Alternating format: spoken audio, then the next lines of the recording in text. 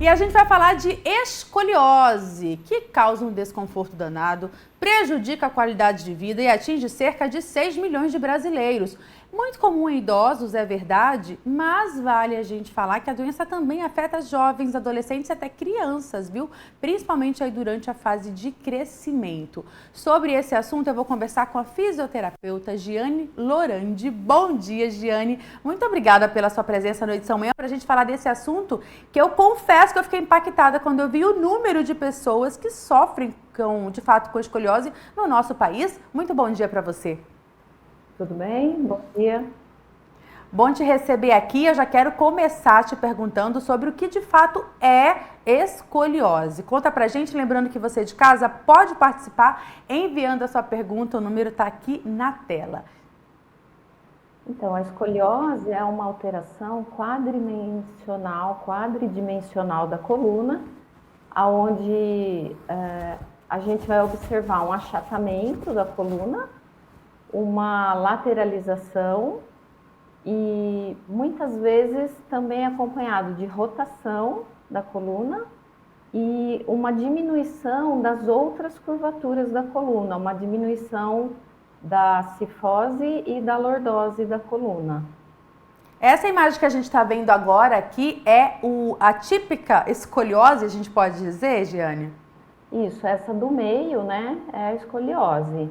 As outras são as curvaturas normais, assim, da coluna, que eu coloquei aí no desenho um pouco aumentadas.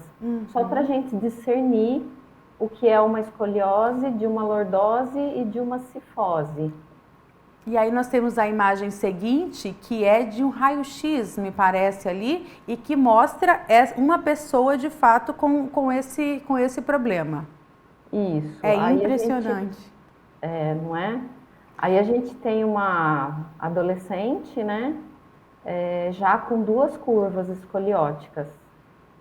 Importante você falar isso, eu não sabia que era a imagem, que era uma adolescente. Como eu falei no início, a gente geralmente tende a achar que esse é um problema mais comum entre idosos. Mas, porém, mais do que nunca, adolescentes e crianças vêm sofrendo também com esse problema. Então, na verdade, a escoliose, ela tem uma incidência muito rápida. Então, as famílias falam assim, sobre os adolescentes, né?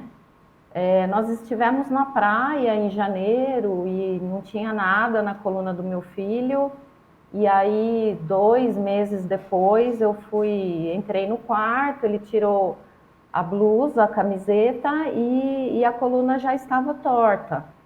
Porque, na verdade, a escoliose tem esse início repentino no estirão do crescimento.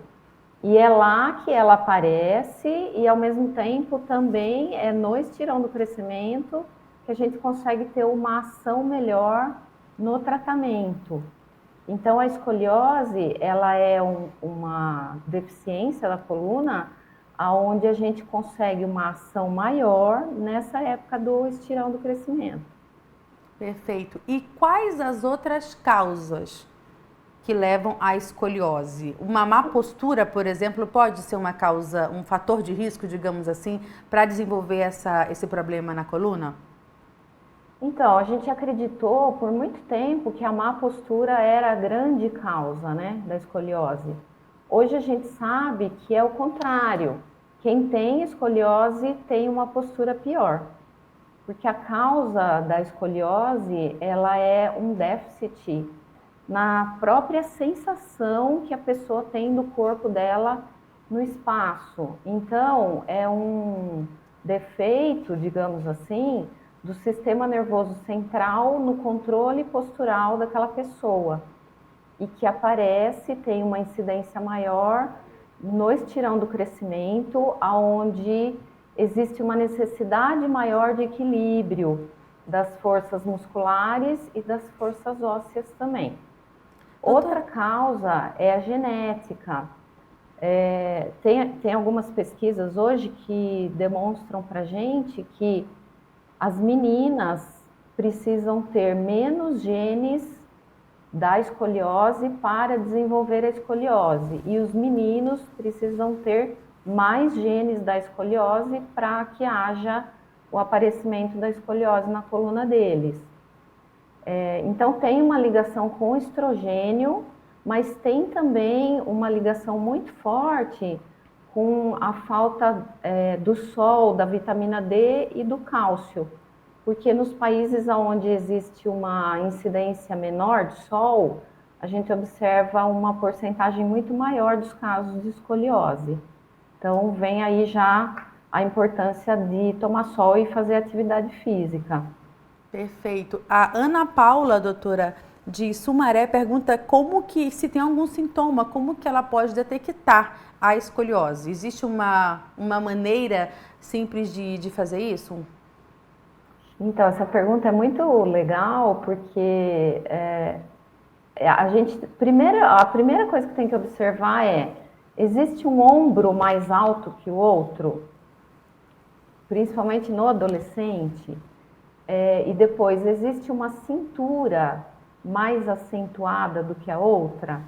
Então, né, nesse momento, se a mãe, o professor, alguém da casa observar, da casa ou da escola, observar essa diferença de ombros, aí a gente já indica o teste de Adams, que é um teste muito fácil para fazer em casa, que não leva nem 1 minuto, onde a criança junta os pés e junta as mãos e abaixa o tronco e observa se naquela coluna tem uma diferença de altura entre o lado direito e o lado esquerdo.